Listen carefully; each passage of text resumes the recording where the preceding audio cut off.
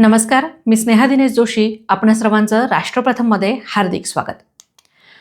14 August पाकिस्तानच्या निर्मितीचा दिवस आणि भारताच्या इतिहासातील एका सर्वात मोठ्या वेदनादायक अध्यायाची सुरुवात झालेला काळ.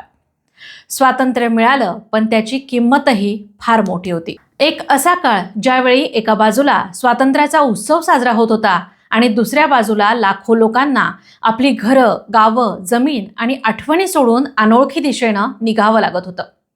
शतकानुशतकं एकत्र नांदलेल्या प्रदेशांवर एका रात्रीत राजकीय सीमारेषा आखल्या गेल्या. पंजाब आणि बंगालचे तुकडे झाले.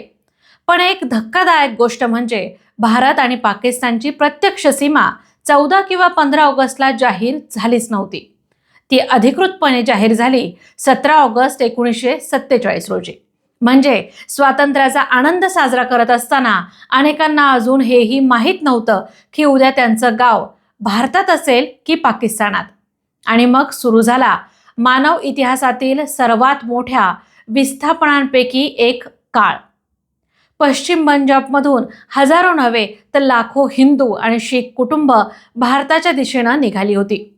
ज्यांचं घर तिथं होतं, ज्यांची शेती तिथे होती, ज्यांच्या पूर्वजांची स्मशानभूमी तिथे होती आणि ज्यांचा व्यवसाय, आठवणी आणि आयुष्यही तिथेच होतं, त्यांना सर्व काही मागे सोडावं लागलं. काही लोक बैलगाड्यांमधून निघाले, काही पायी निघाले, काहींनी रेल्वेचा आधार घेतला. ही रेल्वे फक्त प्रवासाचं साधन नव्हती, ती त्या काळातील लाखो विस्थापितांच्या वेदनेची साक्षीदार बनली. भारताकडे येणारे हिंदू आणि शीख आणि असंख्य कुटुंब आपल्या मुळांपासून उखडली गेली. पंजाबमध्ये परिस्थिती इतकी भीषण झाली की हिंसाचाराच्या लाटेत गावाच्या गावं उद्ध्वस्त झाली.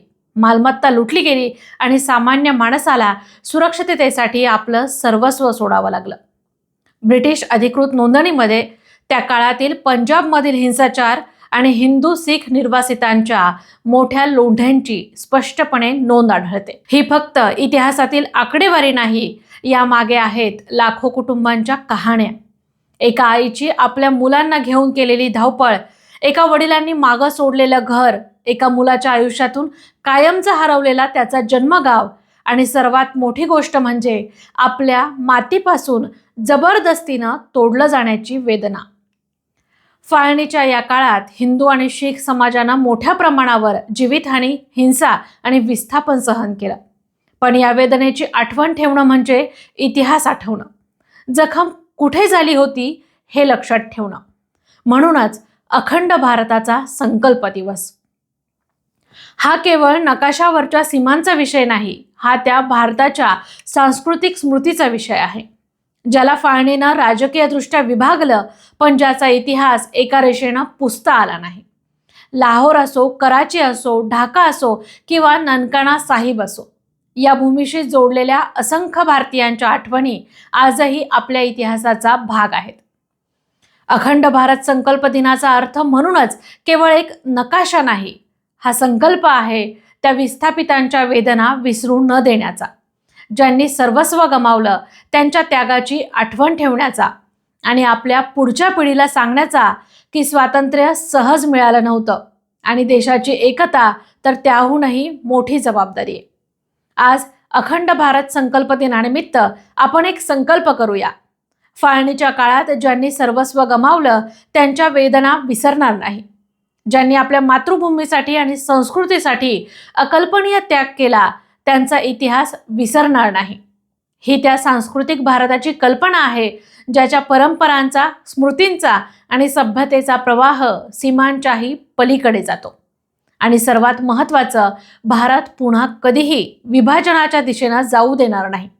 आपली संस्कृती जपू, आपली राष्ट्रीय एकता मजबूत करू, आपल्या इतिहासाचा अभिमान बाळगू. कारण फाळणीच्या वेदना विसरायच्या नाहीत. कारण जो समाज आपला इतिहास विसरतो तो त्याच चुका पुन्हा करण्याचा धोका पत्करतो. म्हणून आज अखंड भारताचा संकल्प करूया.